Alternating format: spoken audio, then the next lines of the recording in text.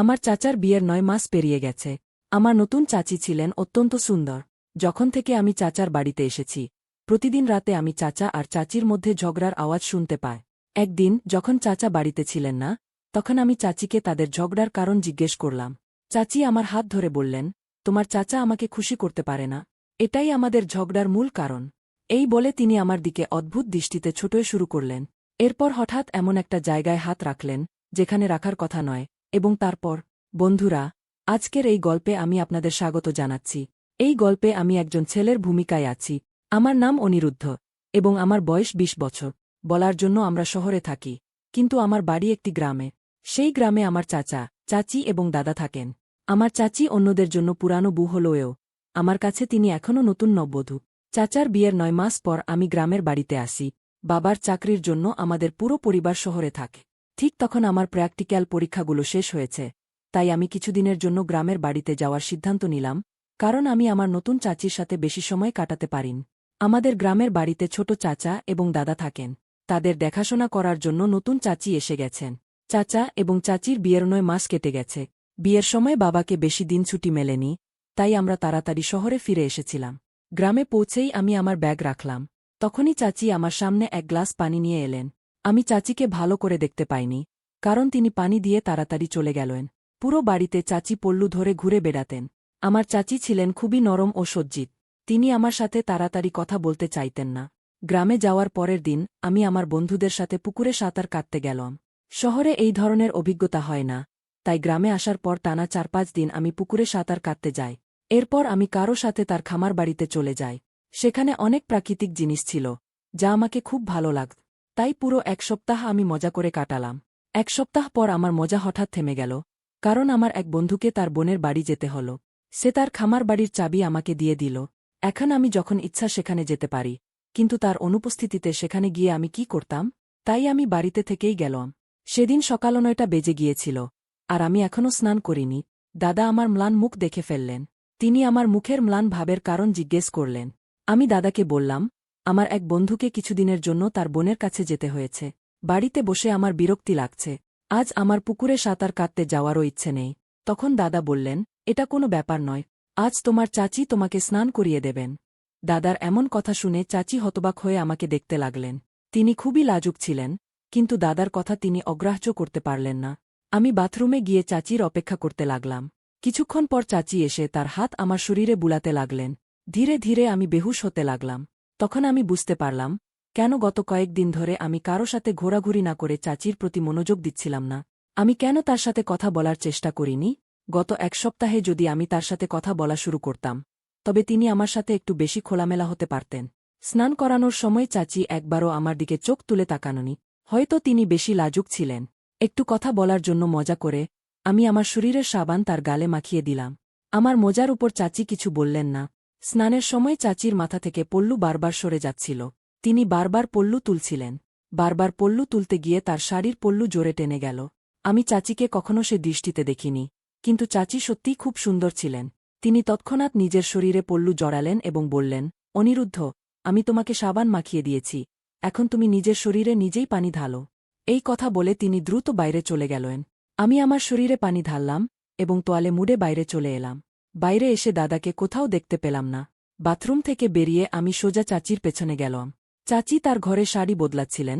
যখন আমি সেখানে পৌঁছালাম, তখন তিনি কাপড় পাল্টে নিয়েছিলেন। তার ঘরে আমাকে দেখেই চাচি চমকে উঠে বললেন, অনিরুদ্ধ, তুমি পুরো কাপড় পরনি কেন? আমি বললাম, যখন আপনি আমাকে স্নান করিয়ে দিয়েছেন, তখন আমার চুলও মুছে দিন না। আপনার কোমল হাতের স্পর্শ আমার খুব ভালো লেগেছে। এখন থেকে প্রতিদিনই আপনার কাছে স্নান করাব। আমার কথা শুনে চাচি জোরে না বললেন। তারপর আমি তাকে শান্ত করে বললাম, আমি মজা করছি। আমার প্রিয় চাচির সাথে মজা করার তো আমার একটু অধিকার আছেই। আমার কথায় চাচি হেসে উঠলেন। বাড়িতে আসার পর প্রথমবার তাকে হাসতে দেখলাম। তারপর চাচি আমার চুল মুছতে লাগলেন। আমার চুল মুছার পর চাচি তার ঘর থেকে বাইরে যেতে লাগলেন। তখন আমি তার হাত ধরে জিজ্ঞেস করলাম, আপনি সবসময় এত ক্লান্ত কেন দেখান? সবকিছু ঠিক আছে তো? আমার কথায় চাচি কিছু বললেন না এবং সেখান থেকে চলে গেলেন। সেদিন রাতে আমি চাচার ঘর থেকে তাদের চিৎকার শুনতে পেলাম। চাচার ঘর ঠিক আমার ঘরের পাশেই ছিল। দাদার বাড়িতে একটি বিশেষ ঘর ছিল। তারপরও মাঝে মাঝে তিনি ছাদে ঘুমাতেন। সেদিন রাতে দাদা ছাদে ঘুমিয়েছিলেন, তাই তিনি চাচার চিৎকার শুনতে পাননি, কিন্তু আমি শুনেছিলাম। আমি আমার ঘর থেকে বাইরে বেরিয়ে চাচার ঘরে উকি দিলাম। তাদের ঝগড়ার কারণ বুঝতে পারলাম। চাচি চাচাকে সময় দেননি এবং ঘুমিয়ে পড়েছিলেন। তাই চাচা রেগে যাচ্ছিলেন। এসব দেখা উচিত ছিল না, এমনটাই আমি মনে করছিলাম। পরের রাতে চাচির অদ্ভুত শব্দ আমার কানে আসতে লাগল। অদ্ভুত সেই শব্দ শুনে আমি চাচির ঘরে উকি দেওয়ার আগ্রহ বাড়িয়ে তুললাম। চাচার ঘরের দিকে মোড় নিচ্ছিলাম, তখন পিছন থেকে দাদা এসে জিজ্ঞেস করলেন, কি হয়েছে? দাদা হঠাৎ ছাদ থেকে নেমে এসেছিলেন। সম্ভবত দাদার আওয়াজ চাচির কানেও পৌঁছে গিয়েছিল, কারণ তার শব্দ হঠাৎ বন্ধ হয়ে গেল। আমার দাদা ৭০ বছর বয়সের ছিলেন, কিন্তু তার বয়সের তুলনায় খারাপ ছিলেন না। দাদার কঠোর শব্দ শুনে আমি মাথা নিচু করে সোজা আমার ঘরে ফিরে গেলাম। পরের দিন সকালে নাস্তা করার সময়ও চাচা এবং চাচির মধ্যে ঝগড়া দেখা যাচ্ছিল। তাদের মধ্যে একে অপরের দিকে যে দৃষ্টিভঙ্গি ছিল তা আমার কাছে স্পষ্ট ছিল। নিশ্চয়ই তাদের মধ্যে কিছু একটা গণ্ডগোল ছিল। চাচা প্রতিদিনের মতো নাস্তা করে নিজের টিফিন নিয়ে দোকানের জন্য বেরিয়ে গেলেন। আগের রাতের চাচির অদ্ভুত শব্দগুলি বারবার আমার কানে বাজছিল। তখন চাচিকে আমার সামনে দেখে আমি খুব লজ্জা পাচ্ছিলাম। নাস্তা করার পর আমি আমার ঘরে চলে গেলাম। মোবাইল দেখার সময় কিছুক্ষণ ঘুমিয়ে পড়লাম। ঘুম থেকে উঠেই ঘর থেকে বাইরে বেরিয়ে এলাম। বাইরে দাদা এবং চাচি কোথাও দেখা যাচ্ছিলেন না। চাচির ঘরের দরজা খোলা ছিল, কিন্তু দাদার ঘরের দরজা বন্ধ ছিল। আমি রান্নাঘর থেকে পানি খেয়ে বাইরে বেরিয়ে আসতেই দেখলাম চাচি দাদার ঘর থেকে বেরিয়ে আসছেন। তিনি বেশ ক্লান্ত দেখাচ্ছিলেন এবং বারবার নিজের হাত ঘষছিলেন। তার মুখেও যেন ক্লান্তির ছাপ ফুটে উঠেছে, যেমনটা দেখা যায় যখন শরীর ব্যথায় জর্জরিত থাকে। আমাকে দেখেই চাচি বললেন, অনিরুদ্ধ, তুমি বসো, আমি তোমার খাবারের থালা নিয়ে আসছি। চাচি আমার সাথে চোখ মেলাতে পারছিলেন না। আমি ভাবতে লাগলাম, দাদার ঘরে তিনি এতক্ষণ কি করছিলেন যে এত ক্লান্ত হয়ে পড়লেন? চাচার বাড়ির কিছু কিছু বিষয় আমার কাছে বেশ অদ্ভুত লাগছিল। চাচি দেখতে সুন্দরী ছিলেন। গ্রামে আসার পর থেকে আমি লক্ষ্য করেছি, দাদা বাড়ির বাইরে কোথাও যাননি। তিনি সবসময় চাচির পেছনেই থাকতেন। এটা আমার কাছে বেশ স্পষ্টভাবে ধরা পড়ছিল। চাচি সবসময় ক্লান্ত দেখাতেন। সাধারণ বাসন মাজা এবং রান্না করার কাজেই কেউ এত ক্লান্ত হয়ে যেতে পারে, এটা বিশ্বাস করা মুশকিল। মাঝে মাঝে আমি দেখতাম চাচা আর চাচির মধ্যে কিছু একটা ঝামেলা চলছিল। হয়তো চাচি চাচাকে সেই সময়টা দিতে পারছিলেন না যা তিনি চাইতেন, এবং তাই চাচা ক্ষিপ্ত হয়ে উঠতেন। প্রতিদিন রাতে চাচার রাগী কণ্ঠস্বর আমার কানেও পৌঁছাত। দুপুরে চাচা বাড়িতে না থাকলে চাচি ঘণ্টার পর ঘণ্টা দাদার ঘরে থাকতেন। যখন তিনি বাইরে আসতেন তখনও তিনি বেশ ক্লান্ত দেখাতেন। ৪ দিন ধরে আমি বাড়িতে ঠিকঠাক মনোযোগ দিতে শুরু করলে আস্তে আস্তে সবকিছু পরিষ্কার হতে লাগল। একবার চাচা দুপুরের সময় দোকান তাড়াতাড়ি বন্ধ করে বাড়ি ফিরে এলেন। তাকে শহরে দোকানের কিছু জিনিস কিনতে যেতে হতো। সেই দিন দুপুরেই তিনি শহরের উদ্দেশ্যে রওনা হলেন। তিনি বলেছিলেন যে পরের দিন সকালে বাড়ি ফিরে আসবেন। শহরে পৌঁছাতেই চাচা জানতে পারলেন যে তিনি যে বৈদ্যুতিক সামগ্রীটি আনতে গিয়েছিলেন তা আনতে আরও ৩ দিন সময় লাগবে। ফলে চাচার শহরে থাকার সময় রাত থেকে ৩ দিনের হয়ে গেল। চাচার শহরে থাকার বিষয়টি শুনে আমার বাবা মা তাকে আরও ৩-৪ দিন বাড়িতে থাকার জন্য বললেন। ফলে চাচা পরবর্তী ১ সপ্তাহ বাড়িতে ফিরবেন না। রোজ ছাদে ঘুমানো দাদা চাচার অনুপস্থিতিতে নিজের ঘরে ঘুমাতে শুরু করলেন। সেই রাতে আমি চাচিকে দাদার ঘরে যেতে দেখলাম। তখন আমি বিষয়টিতে খুব একটা গুরুত্ব দিইনি। মাঝরাতে আমার হঠাৎ করে হাসি পেল, তাই আমি উঠে পড়লাম। পানি খাওয়ার জন্য আমি রান্নাঘরের দিকে যাচ্ছিলাম। তখন দেখলাম চাচি দাদার ঘর থেকে বেরিয়ে আসছেন। তিনি খুবই ক্লান্ত দেখাচ্ছিলেন। দাদার ঘর থেকে নিজের ঘরের দিকে হেঁটে যেতে গিয়ে আমি দেখলাম তিনি প্রায় হোঁচট খেয়ে যাচ্ছিলেন। তার ভারসাম্য ঠিকঠাক ছিল না। এর আগে যে তিনি পড়ে যান, আমি তার হাত ধরলাম। আমাকে দেখে চাচি ভীষণ ভয় পেয়ে গেলেন। আমি তাকে তার ঘরে নিয়ে গিয়ে বিছানায় বসালাম। তারপর জিজ্ঞেস করলাম, চাচি, এতক্ষণ তুমি দাদার ঘরে কি করছিলে? চাচি কিছুই বললেন না এবং শুধু বললেন, আমার খুব ঘুম পাচ্ছে। তারপর চাদর মুড়ি দিয়ে শুয়ে পড়লেন। চাচির মাঝরাতে দাদার ঘর থেকে বেরিয়ে আসা এবং তার ক্লান্ত মুখ আমাকে কিছু ইঙ্গিত দিচ্ছিল। চাচি আমাকে কিছু বলার জন্য প্রস্তুত ছিলেন না। পরদিন সকাল থেকেই আমি চাচিকে সেই প্রশ্নটি জিজ্ঞেস করার চেষ্টা করছিলাম। দুপুর ৩টা নাগাদ দাদা কিছু সময়ের জন্য বাজারে সবজি আনতে গেলেন। তখন চাচি রান্না করার প্রস্তুতি নিচ্ছিলেন। বাড়িতে তখন কেবল আমি আর চাচি ছিলাম। এই সুযোগটা কাজে লাগিয়ে আমি রান্নাঘরে ঢুকলাম এবং ঢুকেই জিজ্ঞেস করলাম, রাতে আপনি দাদার ঘরে কি করছিলেন? চাচি বললেন, তোমার দাদার কাশি হচ্ছিল, তাই তাকে পানি দিতে গিয়েছিলাম। চাচি মিথ্যা বলছিলেন, এটা আমি বুঝতে পারলাম। পানি দেওয়ার জন্য ৫ মিনিটই যথেষ্ট। কিন্তু আপনি পুরো ৫ থেকে ৬ ঘণ্টা দাদার ঘরে ছিলেন। এ বাড়িতে আসলে কি চলছে? সত্যি করে আমাকে বলুন। এখানে আসার পর থেকেই প্রতিদিন রাতে চাচা আর আপনার ঝগড়ার আওয়াজ আমার কানে আসে। আপনি কেন চাচার সাথে এমন করছেন?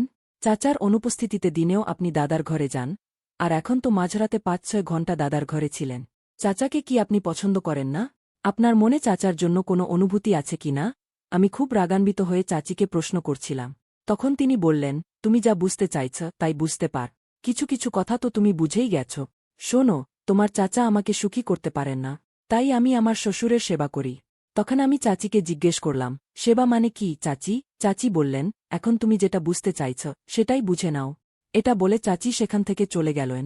তিনি আমার প্রশ্নের সরাসরি উত্তর দিতে প্রস্তুত ছিলেন না। একজন সুস্থ স্বাভাবিক যুবক স্বামীকে ছেড়ে তিনি কেন দাদার পিছনে পড়েছেন, সেটা আমার কিছুতেই বোধগম্য হচ্ছিল না। দুদিন কেটে গেল। সেই রাতে চাচিকে আবার দাদার ঘরে যেতে দেখলাম। তিনি আমাকে কিছুই বলার জন্য প্রস্তুত ছিলেন না। পরদিন দাদার এক বন্ধু বাড়িতে এসেছিলেন। কিছু সময়ের জন্য তিনি দাদাকে গ্রামের পঞ্চায়েতে নিয়ে গেলেন। আমি জানতাম সেখানে দাদার অনেকটা সময় লাগবে, তাই তার তাড়াতাড়ি বাড়ি ফেরার সম্ভাবনা কম ছিল। তখন আমি একটা অজুহাত বানিয়ে চাচিকে সঙ্গে নিয়ে বাড়ির বাইরে নিয়ে যাওয়ার সিদ্ধান্ত নিলাম। বাড়ি থেকে বেরোনোর সময় আমি চাচিকে বললাম, আমাদের বাজারে যেতে হবে। কিন্তু বাজারে না গিয়ে আমি তাকে আমার বন্ধুর ফার্মহাউসে নিয়ে গেলাম। ফার্মহাউসে পৌঁছাতেই আমার চোখ চাচির উপর আটকে গেল। সেখানে আমরা দুজনেই ছিলাম। চাচি প্রশ্ন করলেন, তুমি আমাকে এখানে কেন এনেছ? আমি মিষ্টি মিষ্টি কথা বলে তাকে ভেতরে নিয়ে এলাম। ভেতরে গিয়ে চাচিকে বললাম, আমি জানতাম বাড়িতে থেকে তুমি সত্যি কথা বলবে না, তাই আমি তোমাকে এখানে এনেছি। এখনই আমাকে সত্যি করে বলো, তোমার আর দাদার মধ্যে কি চলছে? তুমি কি সত্যিই চাচার সাথে সুখী নও, নাকি অন্য কোনো কারণ আছে? তখন চাচি আমার হাত ধরলেন এবং হঠাৎ করে আমার খুব কাছে এসে দাঁড়ালেন। তারপর বললেন, অনিরুদ্ধ, তুমি অযথা বেশি চিন্তা করছ।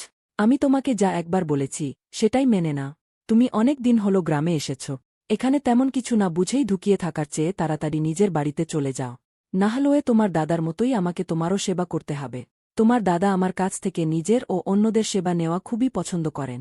যেমনভাবে তিনি আমাকে তোমাকে আনতে বাধ্য করেছিলেন, ঠিক তেমনভাবেই তিনি আমাকে তোমার অন্যান্য সেবাও করতে বাধ্য করবেন। যদি তোমার এটা মেনে নিতে কোনো আপত্তি না থাকে, তবে তুমি এখানে বেশি দিন থাকতে পারো। চাচির কথা শুনে আমি তার কাছে গিয়ে দাঁড়ালাম এবং বললাম, যদি আপনার কাছে এগুলো গ্রহণযোগ্য হয়, তবে আমার কাছে কেন হবে না? এটা বলে আমি তাকে এক অন্য নজরে দেখলাম। আমার দৃষ্টি দেখে চাচি মুখ ফিরিয়ে চলে গেলেন। তবুও তিনি আমাকে সত্যি কিছুই বলেননি। চাচি নিশ্চয়ই কিছু না কিছু লুকাচ্ছেন। তারপর আমি চাচির উপর নজর রাখার সিদ্ধান্ত নিলাম। সেদিন যেমন আমি তাকে ফার্মহাউসে নিয়ে গিয়েছিলাম, তেমনি বাড়িতে ফিরিয়ে নিয়ে এলাম। তারপর চাচিকে বললাম যে আমি আমার বন্ধুর কাছে যাচ্ছি এবং সন্ধ্যায় বাড়ি ফির। এটা বলে আমি বাড়ি থেকে বেরিয়ে পড়লাম। পথে আমার দাদার সাথে দেখা হলো। তখন আমি তাকে জানাল যে আমি সন্ধ্যায় বাড়ি ফির। আমি ইচ্ছা করেই দাদা আর চাচিকে একা ছেড়ে দিলাম। দাদা বাড়িতে পৌঁছাতেই আমি অর্ধেক পথ থেকে বাড়ির দিকে ফিরে এলাম। সেদিন দুপুর ৩টা থেকে সন্ধ্যা ৬টা পর্যন্ত আমি বাড়িতে নজর রাখছিলাম। দাদা আর চাচির মধ্যে কি হচ্ছিল, সবকিছু আমার চোখের সামনেই ছিল। সারাদিন তাদের কথোপকথন থেকে আমি সবকিছু বুঝে নিয়েছিলাম। তাদের উপর নজর রাখার পর রাত ৯টায় আমি বাড়ি ফিরলাম। প্রতিদিনের মতো চুপচাপ রাতের খাবার খেলাম। তাড়াতাড়ি খেয়ে আমি দেখালাম যে আমি আমার ঘরে যাচ্ছি। আমি ঘরে ঢুকে গেলাম, কিন্তু দাদা হাত ধুতে রান্নাঘরে যাওয়ার সাথে সাথেই আমি চুপিসারে তার ঘরে ঢুকে গেলাম। প্রায় ২ ঘণ্টা পর চাচি দাদার ঘরে প্রবেশ করলেন। কিছুক্ষণ পর আমি দেখতে পেলাম চাচি দাদার পায়ের মালিশ করছেন।